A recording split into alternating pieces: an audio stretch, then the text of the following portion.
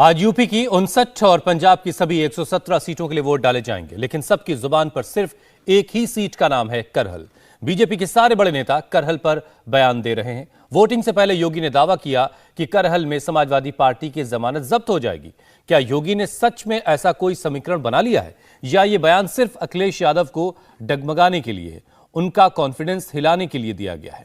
अखिलेश यादव के अपने लिए खानदानी इलाके की सबसे सेफ गोल पोस्ट चुनी है। बीजेपी उसी सेफ गोल पोस्ट में गोल करना चाहती है। मैनपुरी है, करहल है, भोगांव है, किसनी है, चारों पर भारतीय जनता पार्टी जीतेगी। पहले दूसरे चरण में ही शतक मार दिया समाजवादी और आरएलडी ने। एक करहल में कमल खिला दो, पूरे यूपी में सपा का सुपड़ा साफ हो।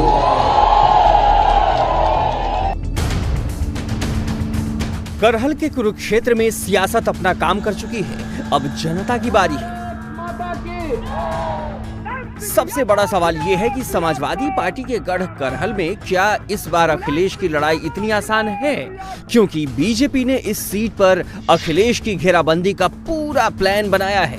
योगी ने करहल में घुसकर अखिलेश यादव को ललकारा है। मैनपुरी करहल में मैं वहां सभा का आयोजन कर रहा था और मैं विश्वास के साथ कह सकता हूं कि करहल में होने वाला चुनाव इस बार समाजवादी पार्टी की जमानत को जब्त करने वाला होगा और भारतीय जनता पार्टी को जिताने वाला होगा। आप अनुमान कर सकते हैं, जब समाजवादी पार्टी का कमांडर ही स्वयं लड़ाई के मैदान से बाहर जा रहा है, तो फिर पूरी लड़ाई तो भारतीय जनता पार्टी पहले जीत चुकी है। करहल में 38% यादव हैं और 6% मुसलमान हैं। दोनों को मिला दें तो 44% हो जाता है। क्या वहां से अखिलेश यादव हार जाएंगे? जनता आज फैसला करने वाली है, बस उसे सुनाया 10 मार्च को जाएगा। लेकिन इसके पहले बीजेपी बोल रही है कि अखिलेश अपनी हार देख चुके हैं, इसलिए पूरे परिवार को मैदान में एक साथ आना पड़ गया। इसके अलावा एक सच ये भी है कि अखिलेश यादव करहल को अपना सबसे सुरक्षित सीट समझकर यहां से उतरे हैं। करहल में कुल 3,71,000 वोटर हैं। इनमें 1,44,000 यादव वोटर्स हैं, यानी कुल वोट का 38% वोट सिर्फ यादवों का है। करीब 22,000 वोट मुसलमानों के हैं। ये वो वोट बैंक है जिसे अखिलेश अपना मानते हैं। जैसे ही पता लगा कि नेताजी यहाँ आने वाले हैं, वो अपना हेलीकॉप्टर लेकर के उड़ गए। इस बार ये जो उत्साह जोश बता रहा है कि भारतीय जनता पार्टी के बूथ पर भूत नाचेंगे। करहल में शाक्य, बघेल और ठाकुर वोटर्स की संख्या भी अच्छी खासी है। शाक्य, बघेल, ठाकुर, ब्राह्मण और वैश्य बीजेपी के परंपरागत वोटर्स हैं। करहल में बघेल समाज के करीब 30,000 वोटर्स हैं। बीजेपी ने उसी समाज के एसपी सिंह बघेल को उम्मीदवार बनाया है, जिनके लिए प्रचार की कमान अमित शाह, योगी और नड्डा संभाल चुके हैं। भाई तो 300 सीट जीतनी पड़ेगी ना। मैं आपको एक आइडिया बताता हूं, बोलो। 300 सीट जीतने की जरूरत नहीं है। 300 सीट का काम एक ही सीट से हो सकता है। अरे करहल में कमल खिला दो, पूरे यूपी में सपा का सुपड़ा साफ हो जाएगा, नहीं हो जाएगा। 5 साल पहले यानी 2017 के चुनाव में समाजवादी पार्टी ने करहल की ये सीट 38,000 वोट से जीती थी। तब बीजेपी की लहर होने के बावजूद वो करहल के हर बूथ तक नहीं पहुंच सकी थी। 2017 और 2022 में सबसे बड़ा अंतर यही आया है कि बीजेपी ने यहां के हर बूथ तक अपना संगठन मजबूत कर लिया है। 6 महीने पहले ही जिला पंचायत अध्यक्ष पद का चुनाव जीतकर बीजेपी ने अपनी तैयारियों का ट्रेलर दिखा दिया था। करहल में लड़ाई ही बूथ की है। करहल विधानसभा सीट पर कुल 340 बूथ्स हैं।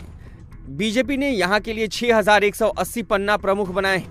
हर पन्ना प्रमुख को 60 वोटर लाने की जिम्मेदारी दी गई है। पन्ना प्रमुख बूथ प्रभारी को रिपोर्ट करेंगे। बूथ प्रभारी बूथ अध्यक्ष के नीचे काम करेंगे। 5 बूथ को मिलाकर एक शक्ति केंद्र बनाया गया है। इस तरह करहल में बीजेपी के 68 शक्ति केंद्र एक्टिव हैं। कागज पर तो बूथ मैनेजमेंट का ये जोड़ घटाव गुणा भाग बीजेपी के लिए सही दिखता है। जमीन पर क्या हालात हैं, इसे India TV reporter Rajesh Kumar की ग्राउंड रिपोर्ट से समझते हैं। राजेश कुमार सबसे पहले करहल के जाटो बहुल गांव नगला दानी में गए।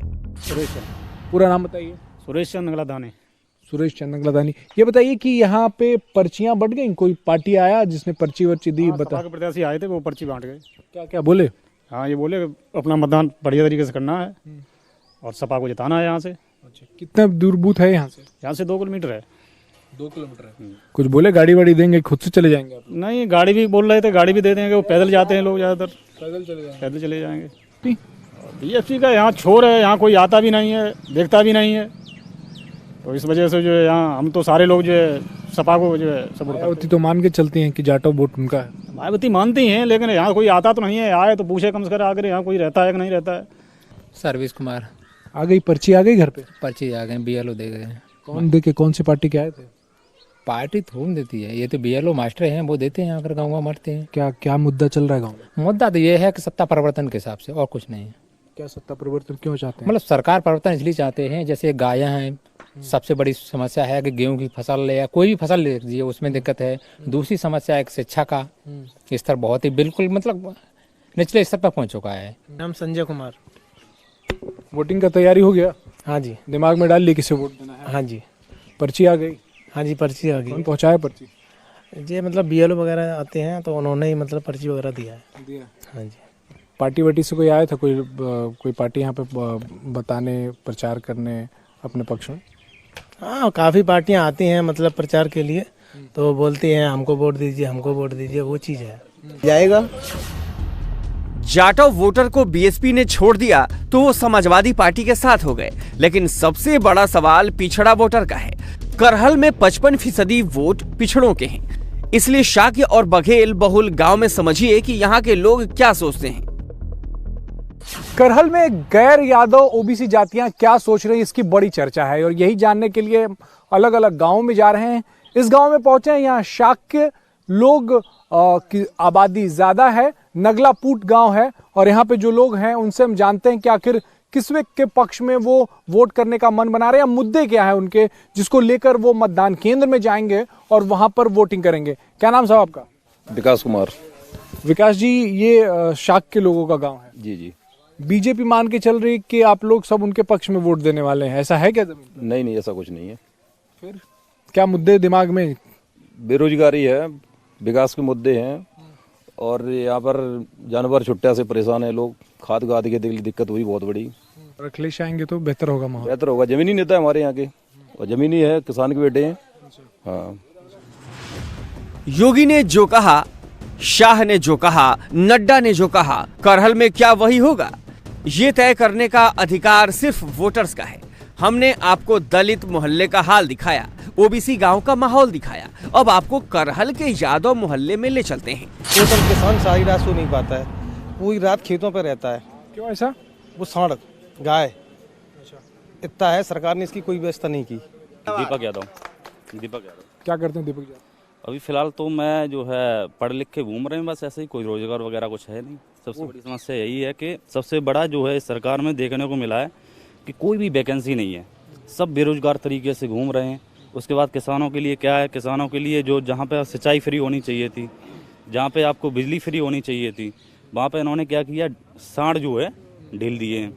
वोट करूंगा। सुबह 7 बजे से करहल के वोटर लाइन में लग जाएंगे। 11 घंटे तक वोट डाले जाएंगे। वो 11 घंटे अखिलेश के लिए ही नहीं, यूपी के लिए भी खास होंगे, क्योंकि अमित शाह कहते हैं करहल जिता तो उत्तर प्रदेश जीत जाएंगे। चुनाव प्रचार के दौरान नेताओं ने अपना दिल तो खोल दिया, लेकिन फैसला जनता को करना है कि वो करहल का किला किसे सौंपती है। इंडिया टीवी हर वक्त हर जगह डाउनलोड करने के लिए सर्च करें India TV news Google play store या ऐप स्टोर पर।